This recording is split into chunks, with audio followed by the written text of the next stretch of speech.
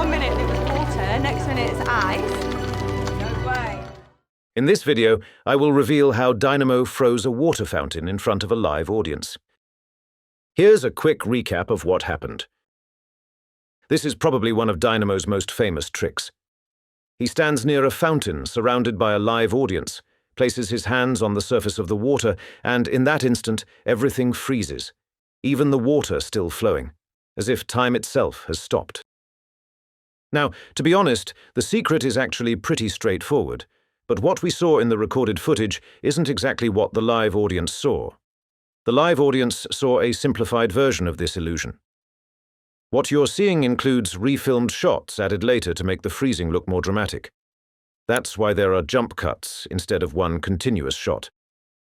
Those close-ups were filmed in post and edited into the live footage, framed tightly so you don't see the surroundings or the missing audience. The only real moment from the live shoot is the few seconds before Dynamo touches the water. Then it cuts to a close-up of his hands, and from that point on the refilmed footage takes over until we see a transition back to a zoomed-out frame. Here's the proof those close-ups were filmed later. In this overhead shot, you can count 3 cameramen. 2 are filming audience reactions and only 1 is aimed at Dynamo.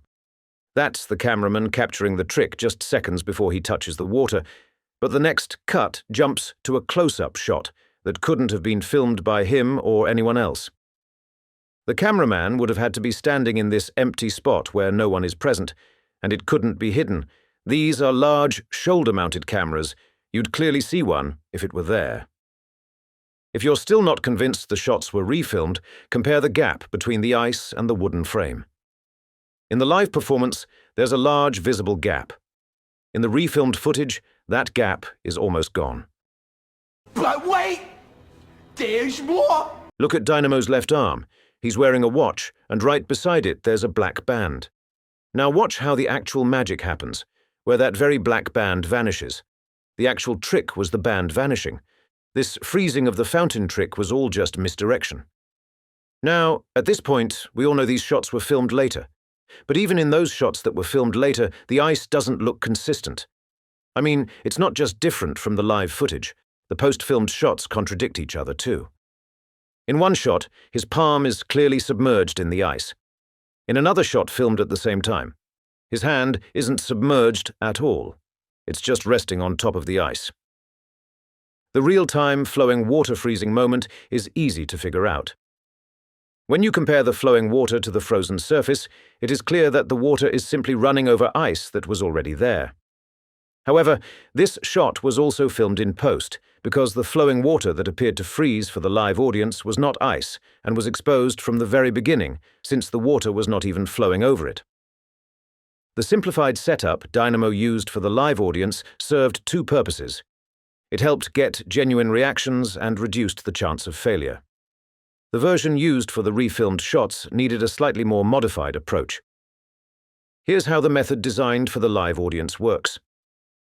Large blocks of ice were placed inside the emptied fountain prior to the performance. After that, the water was turned on, so the ice sat just a few inches below the surface. For the live audience, all Dynamo had to do was have the fountain drained. Large fountains usually have a hidden drain valve that allows for easy cleaning and maintenance, which makes this part simple to accomplish. For the real audience, the flowing fountain stream wasn't even ice.